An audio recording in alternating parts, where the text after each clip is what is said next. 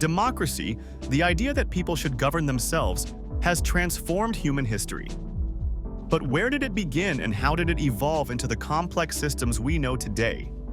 Join us as we journey from ancient Greece through revolutions, constitutions, and struggles for suffrage to the modern democratic systems that shape the global landscape. Democracy's story begins in 5th century BCE Athens, where citizens, not kings, made laws directly. The Athenian model was a direct democracy. Citizens voted in person on legislation. However, citizenship was restricted to adult male Athenians, excluding women, slaves, and foreigners. In Rome, the Republic, 509 to 27 BCE, introduced representative institutions like the Senate and magistrates, setting foundations for future republics, though elite patricians dominated power. Both systems eventually gave way to autocracy, but their ideals survived in legal systems, political theory, and civic architecture. Dealings with opulent Asian civilizations were bound to produce disparities in wealth, and hence social conflicts within the aristocracies of Greece. One function of institutions such as guest friendship was no doubt to ensure the maintenance of the charmed circle of social and economic privilege. This system, however, presupposed a certain stability, whereas the rapid escalation of overseas activity in and after the 8th century was surely disruptive in that it gave a chance, or at least a grievance, to outsiders with the right go-getting skills and motivation. Not that one should imagine concentration of wealth taking place in the form most familiar to the 21st century, namely, coined money. Since 1951, the date of the earliest coinage has been fairly securely fixed at about 600 BCE.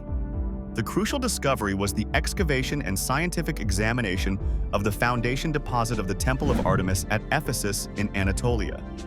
The first objects recognizably similar to coined money were found there at levels most scholars, there are a few doubters, accept as securely dated. Coinage did not arrive in Greece proper until well into the 6th century. There were, however, other ways of accumulating precious metals besides collecting it in coined form. Gold and silver can be worked into cups, plates, and vases, or just held as bar or bullion. There is no getting round the clear implication of two poems of Solon, early 6th century, that, first, gold and silver were familiar metals, and second, wealth was now in the hands of Aravists. 3 centuries after the decline of Mycenaean Greece during the Bronze Age collapse, Greek urban polis began to form in the 8th century BC, ushering in the Archaic period and the colonization of the Mediterranean basin. This was followed by the age of classical Greece, from the Greco-Persian Wars to the death of Alexander the Great in 323 BC, and which included the Golden Age of Athens and the Peloponnesian War. The unification of Greece by Macedon under Philip II and subsequent conquest of the Achaemenid Empire by Alexander the Great spread Hellenistic civilization across the Middle East. The Hellenistic period is considered to have ended in 30 BC, when the last Hellenistic kingdom, Ptolemaic Egypt, was annexed by the Roman Republic.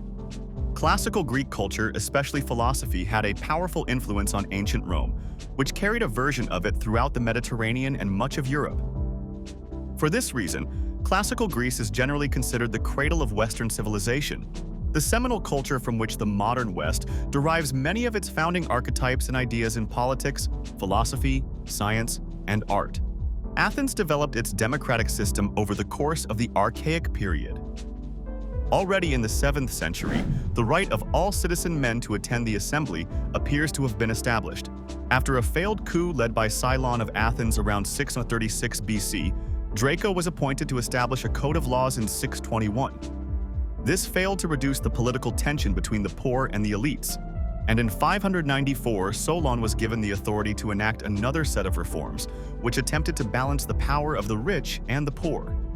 In the middle of the 6th century, Pisistratus established himself as a tyrant, and after his death in 527, his son Hippias inherited his position. By the end of the 6th century, he had been overthrown, and Cleisthenes carried out further democratizing reforms. In Sparta, a political system with 2 kings, a council of elders, and 5 ephors developed over the course of the 8th and 7th centuries.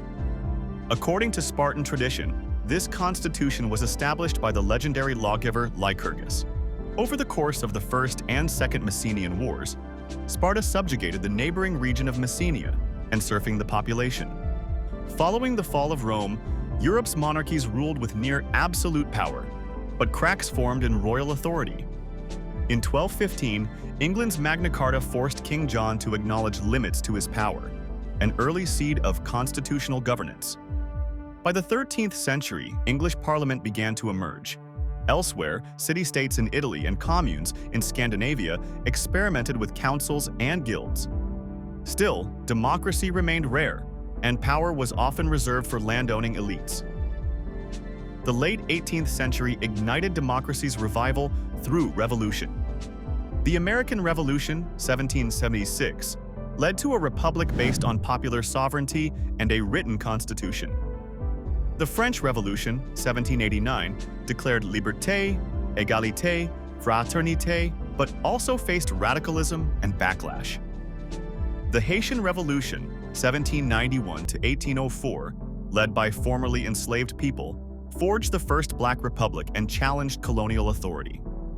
These revolutions were fueled by Enlightenment thinkers like Locke, Rousseau, and Montesquieu, who argued for the separation of powers, natural rights, and the social contract. The 19th century saw democracy broaden and deepen, slowly. Voting rights extended to more men through property and tax reforms. Universal male suffrage spread across Europe and the Americas. Women's suffrage movements gained traction, from New Zealand, first to grant full female voting rights in 1893, to Britain and the US. Political parties, labor unions, and national assemblies emerged to give voice to new demographics.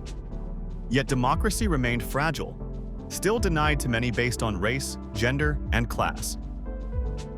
After World War I, new republics arose, but many were short-lived. It was World War II that catalyzed the true globalization of democracy. Fascist regimes collapsed. The United Nations enshrined human rights and self-determination. Decolonization in Africa, Asia, and the Caribbean gave rise to new democracies. In the US, the civil rights movement pushed to make democracy real for all. The Cold War divided the world, but also inspired democratization in opposition to authoritarianism. In the 21st century, democracy faces new challenges and transformations. Digital platforms allow new forms of participation, but also misinformation. Populism questions traditional institutions. Authoritarian resurgence challenges democratic norms. Movements like Arab Spring, Black Lives Matter, and pro-democracy protests in Hong Kong reflect enduring demand for democratic ideals. As inequality, disinformation, and distrust rise, democracy must evolve to survive.